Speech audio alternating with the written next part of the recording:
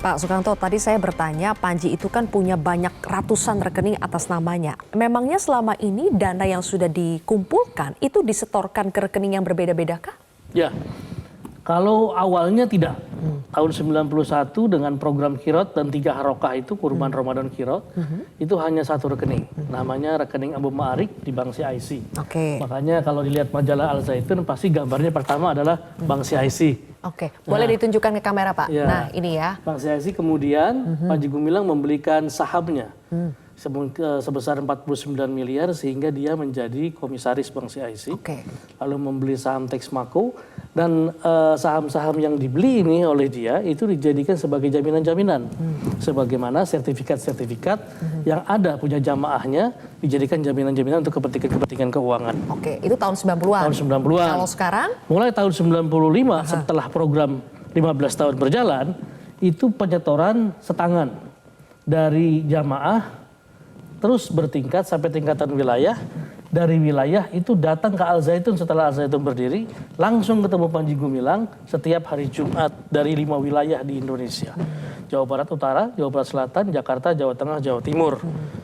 Nah, lalu setelah itu baru mulai program-program ketika mulai ada kasus makar dan sebagainya, aliran dana itu menjadi salah satu yang diusut, berubah polanya. Baik itu secara fisik distorkan ada, yang melalui rekening-rekening pun ada. Ya. Sementara itu Panji Gumilang juga itu memiliki rekening banyak. Kenapa? Karena program NII itu harus dipotong 20% untuk kepentingan dia, untuk pribadinya. Misalnya ada program sapi, pengadaan 1.000 sapi, nanti 20% ke dia, ke rekening A. Terus misalnya untuk dana bos masuk ke yayasan, dia memerintahkan dana bos masuk ke pribadinya, rekening B, dan seterusnya, dan seterusnya, dan seterusnya. Potongan itu diketahui oleh anggota yang menyetorkan, Pak? Atau dilakukan secara diam-diam?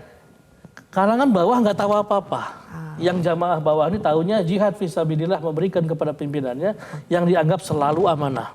Tapi pemotongan itu hanya di tingkat eselon tertinggi, makanya orang-orang yang di sekitar Panji Gumilang adalah orang yang selalu bersama dia lama, atau anaknya, atau iparnya, atau besannya.